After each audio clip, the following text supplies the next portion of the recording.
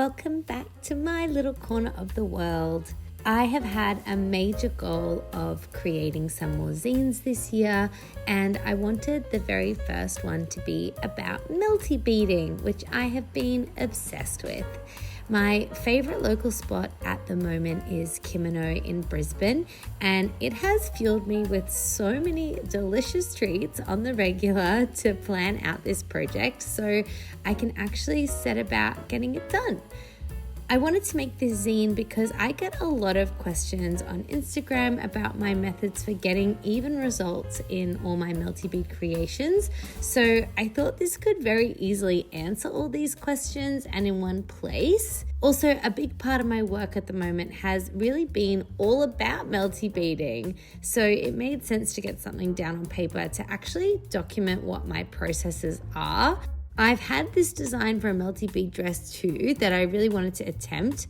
Earlier this year, I actually had a whole art show using Melty beads, and the daisy in particular became a symbol in that show. For some context here, sadly, I had a sausage dog pass away just under 2 years ago now, and her name was Daisy, and I just loved her so much. I actually got a tattoo of this daisy shape for her because it was her namesake and also similar to the flower that she had on her collar. So I love to keep using the symbol across my work as it just imbues everything, including this dress, with more meaning and makes it feel more special, which I think is really important in the work that I make. There can be a lot of conversations around whether fashion is art and what makes wearable art. And for me, creating a wearable piece like this that has that meaning truly makes my work feel like a piece of art, as it has that story and it runs parallel to the aesthetic qualities that the garment itself is offering. Also, a lot of my dress designs are usually quite puffy and oversized because that's just what I'm drawn to. That's what I like. But I'm trying to push myself into some new territory with my designs this year. It can be really easy to get stuck in a rut of your own creation, particularly when you are selling your work and one thing gets popular. I find that it makes me want to double down, triple down on that thing. And that can work for a time, but I'm trying to remind myself that you always have to go back to the source and be brave enough to try and explore new things. But it can be really hard. Hey, do you guys ever find that? So that's what I've been doing with this dress, using a new silhouette, which is much more form-fitted than what I usually do, but also bringing with me what I have picked up along the way, which for me in this instance is my love for Melty beading and my discovery that you can use the beads as a charm or an applique as you go along. This method I've picked up of drilling the Melty beads and affixing them like a charm has just been really life-changing for me, and I'm excited to see what else I can create with this method. So with all this in mind, the Melty zine happened. The cover art obviously had to be handmade and photographed, and I used a large Perla template that I got sent actually from Perla. Thank you so much, guys, to create this larger sized artwork. I like this as it means I didn't have to have any join lines, which you would obviously get using a lot of smaller templates. So if you want to get your hands on a copy of this zine and learn all about my Melty beading methods, head to my website. I will link it in the notes. In it, I answer all my most frequently asked questions like, how do I stop my template from bending? How do you get such an even mount? How do you connect larger pieces? And so much more. Gah! I'm so excited. This one actually really came together and I managed to get it printed just before it was time to load in to the affordable art fair, which I think I chatted about in my last video. So I've just packed everything. Took the last plinth downstairs just now, and we're gonna head to the art fair. The van are about 20 minutes away, and I'm just crossing my fingers that everything fits. My anxiety is that it won't, but at least we have our cars to take the excess, and I just need to remind myself it's all gonna be okay. I always get so nervous before bumpers, but you know, tonight's the night. It's happening. Watch this space. I believe I said that I would film the fair, but oh my goodness, the bump in went so fast, and then the actual fair was so busy and full on. I absolutely did not get a chance to film much, so you will have to believe me when I say it was great. I was so happy to sell some original works and also to meet so many of your sweet and lovely faces. Some gorgy people even bought some dresses, which was so cool.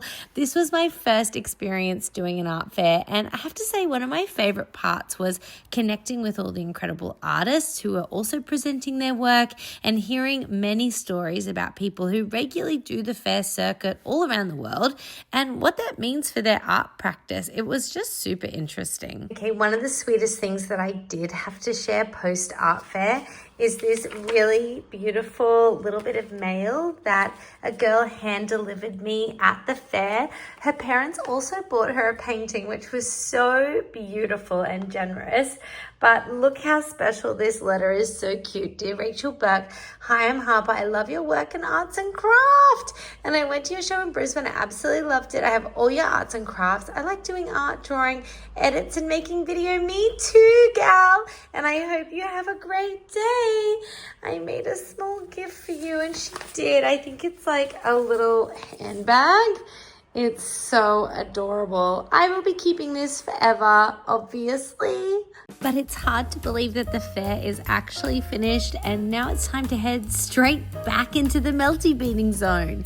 Even though it is intense going from project to project, I have to say I'm always just so grateful to be a working creative and artist, and I want to use that gratitude and that positivity to fuel my motivation to keep going. So this next piece is going to be a part of a gallery show that I'm very excited about. I can't share the specifics just yet, but I can say that this will sit alongside the Melty bead dress and is going to be a big Melty bead wall quilt. The quilt is actually going to be the biggest Melty bead work that I have attempted so far, and I think the two pieces are going to sit together really nicely. I really want this piece to look like a quilt, so I've decided to make it in individual tiles, and it's going to say, "You are my sunshine," over and over again. This phrasing speaks to the theme of the show, which I can tell you more about later, but for now, I'm going to stop talking for a minute and just share some process footage of me working away on this big piece.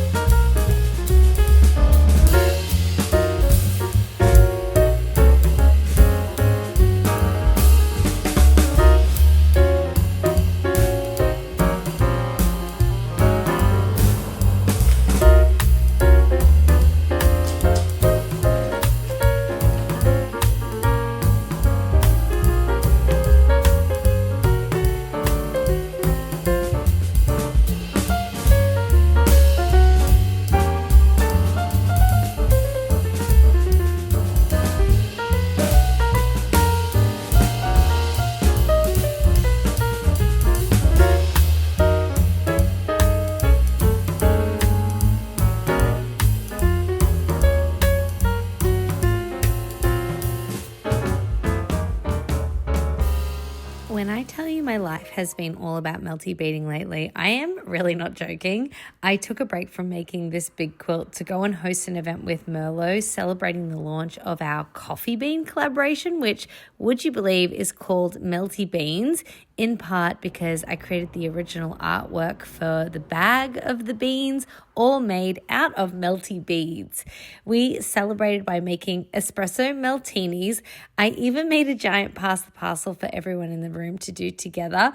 Honestly, you cannot make this stuff up. Is this my life? Obviously, the hero prize in the Pass the Parcel had to be a big tinsel jacket, but the night was so much fun. And you can believe I now get to start the day with my own brand of Melty bean/bead coffee. So wild. All right, I'll wrap it up here. For anyone who's made it this far through the video, thank you so much for tuning in. I'll hopefully have another vlog very soon. If anybody needs me, I'll be here probably cutting off the white bits from the Melty zine. And if you'd like to get a copy, you can just head to my website. I'll link it in the notes. And thank you so much for sharing in my life and my art practice. I can't wait to speak to you again soon.